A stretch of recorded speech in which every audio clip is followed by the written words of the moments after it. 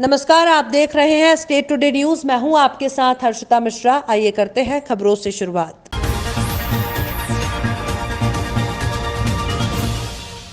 कटनी जिले की पहचान सिर्फ चूने और मार्बल से नहीं, अब रेत उत्खनन से भी होने लगी है।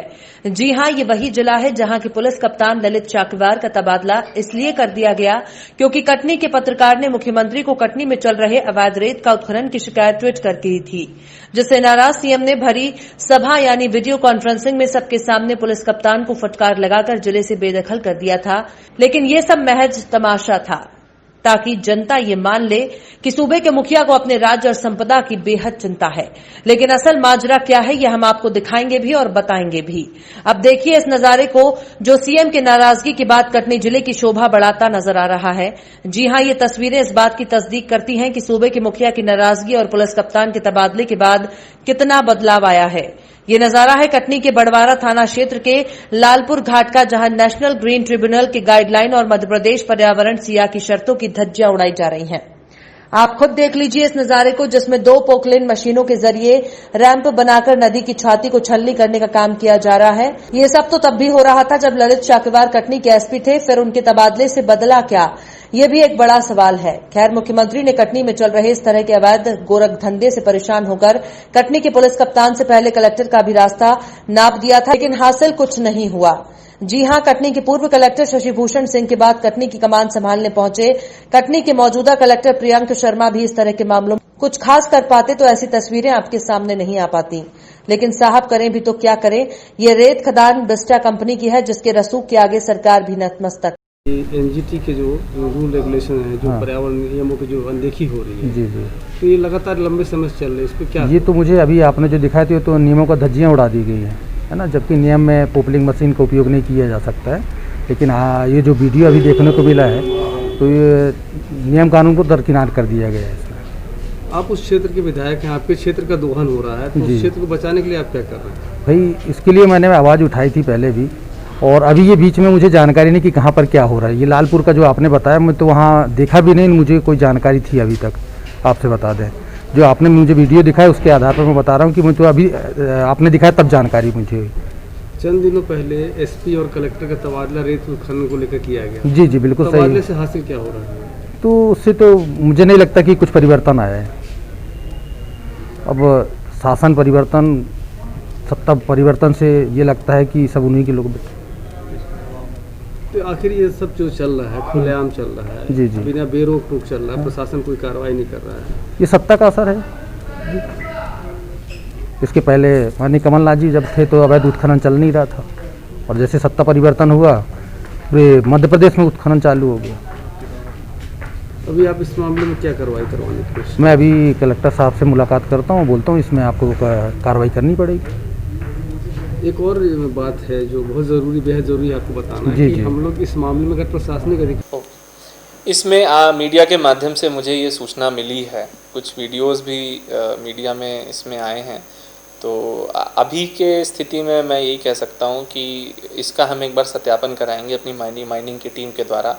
क्या वो जो लोकेशन है वहाँ पे जो खदान है वो वैध है या अवैध है, यदि वैध है तो क्या जिन नियमों के तहत उनको परमिशन दी गई है उसका पालन किया जा रहा है कि नहीं किया जा रहा है। यदि उसमें किसी भी प्रकार का उल्लंघन होगा तो निश्चित रूप से हम नोटिस दे के कार्रवाई करेंगे, और यदि अवैध होगी तो हम निश्चित रूप से उसमें केस भी बनाएंगे और कार्रवाई भी करेंगे। सर, पूर्व में भी सर ऐसे एक आपको संज्ञान मिला है, उस पर भी कोई विशेष कार्रवाई नहीं हुई?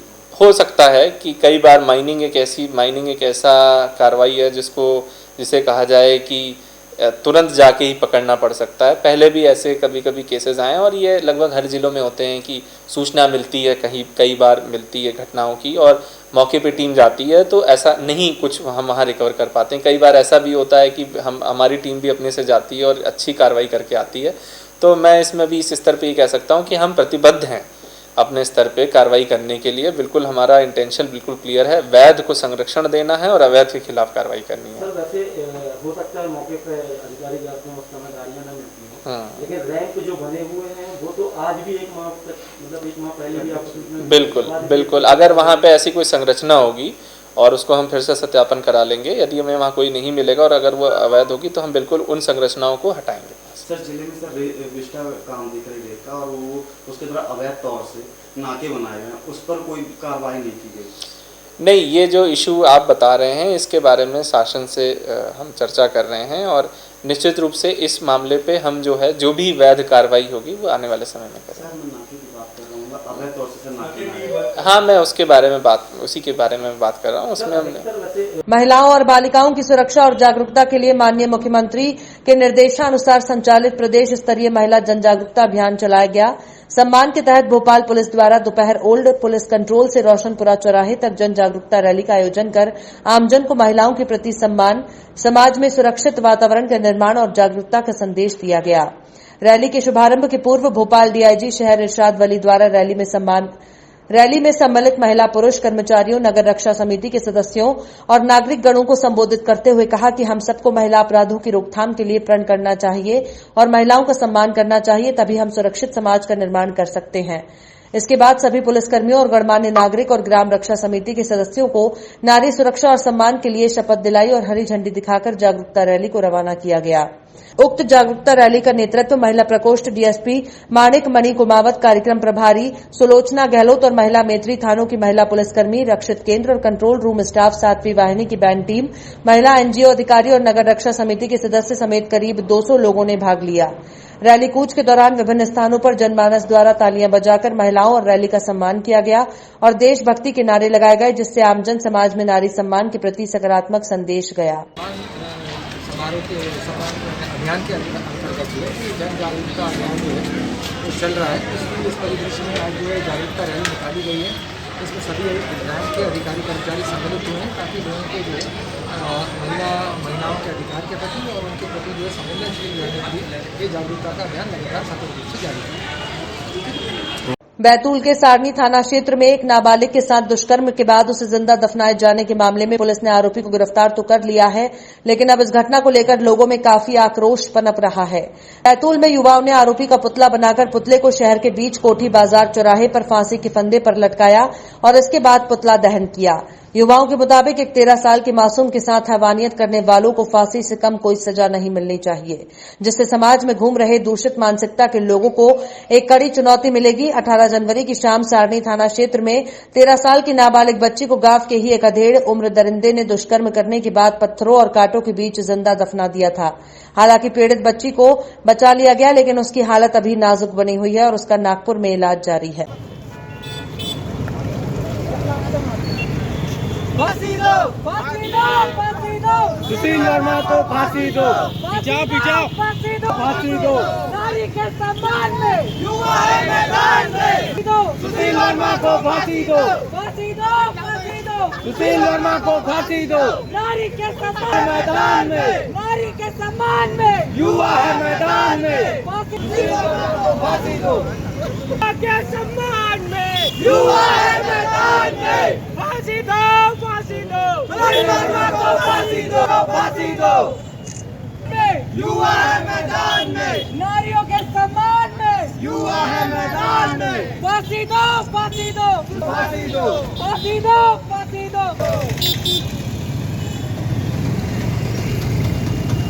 सागर किस चीज़ का विरोध किया गया था? सारनी थाना क्षेत्र के अंतर्गत नाबालिग छात्रा के साथ जो अमानवीय घटना हुई है उसके विरोध में आज हम सब युवा एकत्रित हुए हैं। क्या मांग है? हमारे माननीय मुख्यमंत्री एवं गृह मंत्री जी से ये मांगे हैं कि जल्द से जल्द जो जिसने मतलब ये अमानवीय घटना की है उसको फांसी की सज़ा सुनाई जाए। आज हम लोग ने उसको सबसे सर्वप्रथम चौक पे उसको पहले फांसी दी है और फिर हमने उसका पुतला दहन किया है। अगर जिसने ये किया है अगर उसको फांसी नहीं दी जाएगी तो हम इसके आगे और कड़ा विरोध प्रदर्शन करेंगे। टीकमगढ़ जतारा में स्वर्गीय दादा कुंज बिहारी अग्रवाल की पुण्यतिथि पर कवि सम्मेलन का आयोजन हुआ।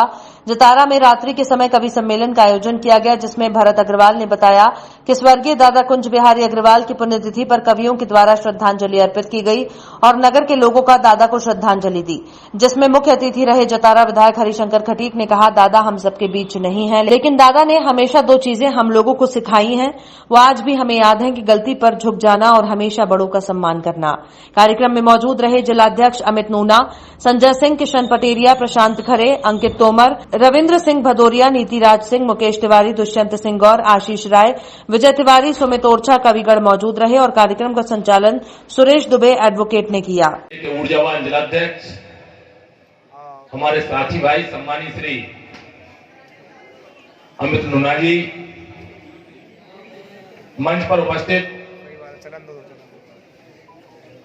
हमारे सम्मानीय मनोज देवलिया जी, सम्मानित श्री आशुतोष भट्ट जी, हमारे बड़े भाई साहब सम्मानित श्री रविंद्र सिंह भदौरिया जी, सम्मानित श्री अंकित सिंह तोमर जी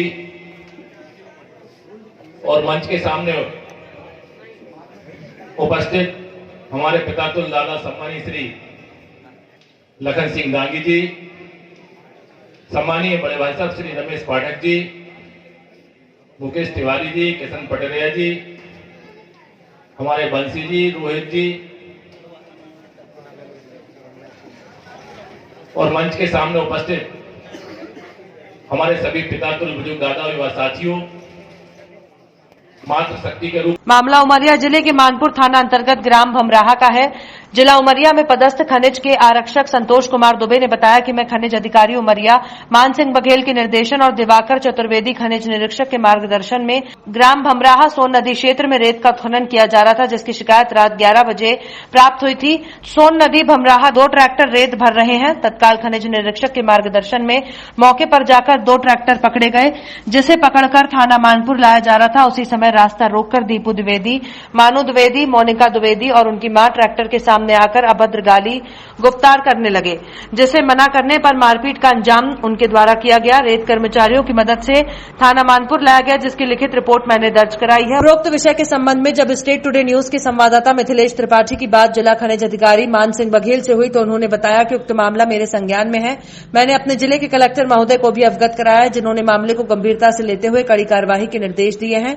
पुलिस विभाग द्वारा मामला पंजीबद्ध कर लिया गया है। मध्य प्रदेश जन अभियान परिषद ब्लॉक समन्वयक श्रीमती नंदनी वाटिका जी के द्वारा कटनी जिले के बड़वारा ब्लॉक के जनपद सभागार कक्ष में नवांकुर प्रस्फुटन समिति सीएमएलसी एलडीपी छात्र छात्राओं के साथ मिलकर बैठक ली और जन अभियान परिषद की टीम को दोबारा कार्य करने के लिए प्रेरित किया।